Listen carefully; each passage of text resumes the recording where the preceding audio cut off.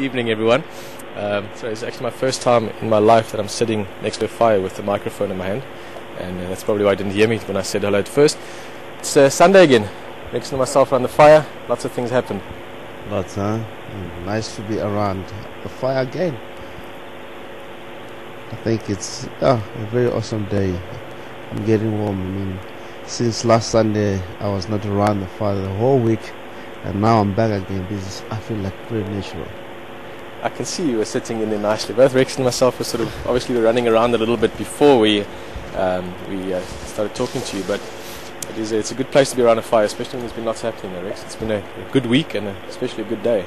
It was very, very beautiful week. I believe, I mean, if we keep on going like, we're in a very good business. Yeah, it's lekker. It's always the first few minutes of this fireside chat's always a bit weird for me, to be honest, still, just because it's a new space a little bit, and standing with this thing in my hand adds to it. But it's certainly been a good week in terms of wildlife. I mean, what Rex mentions there as well, it's been picking up more and more. It's been very busy again. We went through a bit of a lull sort of 2-3 weeks ago, but then we had awesome leopard until last Sunday, while Karula was actually in camp while it was happening, and then during this week as well. Beautiful leopard, Saseka. Rexon's going to talk a bit more about that just now. Elephant tonight, and it does feel like we're now at that part of winter, Rexon, where it starts getting busier. You know, that last part before summer, and it's really every day there's something happening.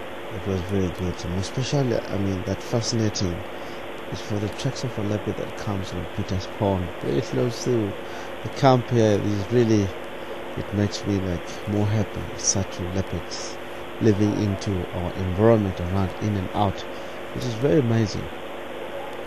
Yeah, it was interesting. Also, that was during the day. We didn't mention much of it, but that was yesterday, which is part of the reason last night we were waiting for her. But just to explain quickly, and it's interesting to see how this will develop, but this little pond that Rexon's talking about is just at the back of camp here. Essentially, we sorted out all our grey water as such of camp, and instead of having trouble with it like we did for a long time, we just redirected it, filtered and so on. It now runs out as clean water eventually, and there's just a little pond. Very, very nice for bird life, small life, but what's happening more and more, like Rexon says, is the leopards out around. So that's an interesting little sort of watch the space down the line. It was very, very good. I mean, there was few questions that come through. People that like to really clarify about the leopard that they saw earlier on, the grey deer kill. The whether it's Karula or Saseka. Definitely it was Saseka, but what makes people to be confused, on the radio communication there was a guy that mentioned that Karula joins Saseka on there, and we also mentioned that it would be very, very good if Karula joins Saseka. It would be something else that we'll be adding on that. But really, of course, that was Saseka, one of the youngsters that she killed. She knocked a grey decker, and very interesting. I mean, definitely for sure, Karula have really lost the contact with those cubs. The cubs now independent, because we haven't seen around there with the mother back on the kill itself. That tells us the last day that we saw them around 3 hours, that it was a goodbye day. From the mother said, you now can become more independent. You're no longer going to follow me, because we heard that also the leopard was mating around in and out from the camp for the last 2 weeks. So it's very awesome. It's a very beautiful thing to see. No, for sure, Rex. Yeah. And we touched on it last week as well, but there's certain events almost that when you look back on things over time, like when the Mapochos arrived the first time, I mean, they characters that are well cemented in all of our lives now, even though we don't see them that often. But there's certain things that happen over time that you think back to, and sometimes on the occasion and sometimes later on it means quite a lot.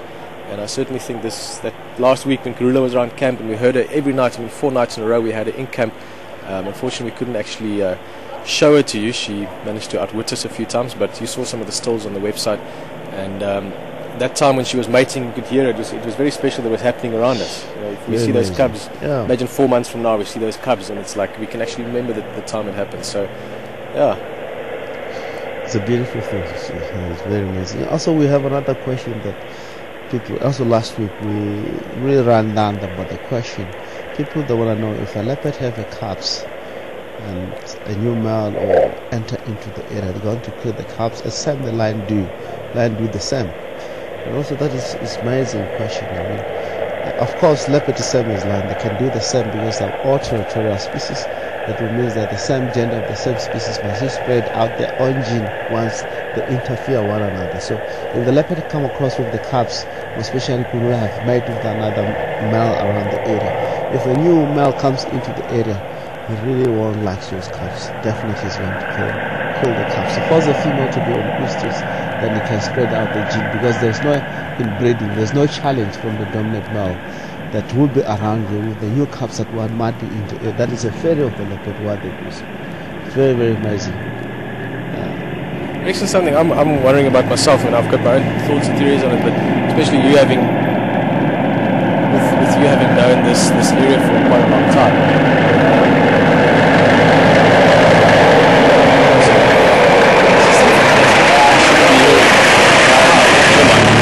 Rexon, sorry. With what you've been living in this area for so long, with everything that happens here and so on, and having a special feel for these leopard. I mean, we talked about it last time, but you know, there's literally not just one or two leopard that we know here. It's Safari and Matimba, her son, and Karula and her daughter and offspring. So it's literally the history of them.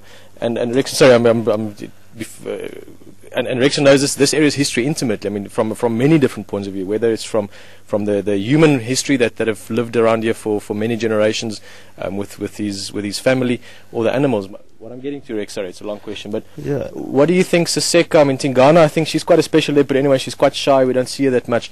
But Saseka, do you think she's going to stick around this area for a little while, or what do you predict? Let's see what you think is going to happen. With my prediction, I believe, I mean, Saseka, as you can see, she's more relaxed leopard. She's going to share, I mean, territory with her mother into the area. Remember, Peter, we have seen Lord Saseka with the mother. Tingana, she was away for a long time. That tells us something. The relationship between the mother and the youngster itself is very, very high. She might still be around in the area, in and out. More especially, I mean, Tree House area is where we have seen her a lot, going in and out in that area. Also into our neighborhood, Little Gary. Like that, how the works sometimes is very amazing, more especially in Service and Shade Juma. We know, all of us, if you want to see leopard, you have to come here in Service and get to Juma. Next drive, first drive, you get to see leopard. So they tend to live, I mean, certain behavior that we people sometimes we didn't really get to used to it. We have seen it many leopards around here. I will take an example, one of the leopard that called a beacon female. Once before I have seen beacon female, also told you the story. Yeah. With the first offspring and the second offspring all joining together. I mean, playing. Okay, the young and playing even. Yeah, playing even. Sure. No problem. The mother wall is around in that area. So leopard can do something that we not normally to witness around the area. So with Saseka, I believe she will be staying around in the area, in and out, while the mother, she's becoming a dominant female around in the area. Same applies with, Kurula and her mother, Safari. Yeah. When they go down to the west, look at Ataratuza, Saseka, I mean, Kurula and Safari female, they were sharing almost in one territory. Yeah. But there was no fight at all, which it can happen here too. Most of the time, I mean, our books and so on, and the information that pass on, we know that leopard, they don't share territory at all. More territory, but that can happen. I think it's a very valid point, Rex, what you're mentioning there. And a while back, I can't remember who, I was talking to someone about this, is that there's certain expected behaviors that you get used to animals, how they behave, and certain things that we sort of preconceive, and often correctly. Obviously, there's been a lot of scientific research as well as individual people that have paid a lot of attention to the environment. But essentially, there's always unique circumstances. I mean, even the Mapochos and the Kuhumas, you're seeing the kitchen friend. Yeah, it's inside. Yeah, we've got this big mouse, small rat that's living in the kitchen. We've tried to persuade him to leave, but we'll try a few other measures still, and you can just see him there. But the point is that behavior can change, and it can be, to an extent, even with individuals, slightly different. Obviously, there's certain norms, the same as for humans. There's certain specific ways we behave, but it doesn't mean that if a group of humans behave in some way in a certain area, that they're going to behave exactly the same somewhere else. Obviously, same with leopard. Their environment and their circumstances all play a role as to how they interact. It's true. Yeah. It's true.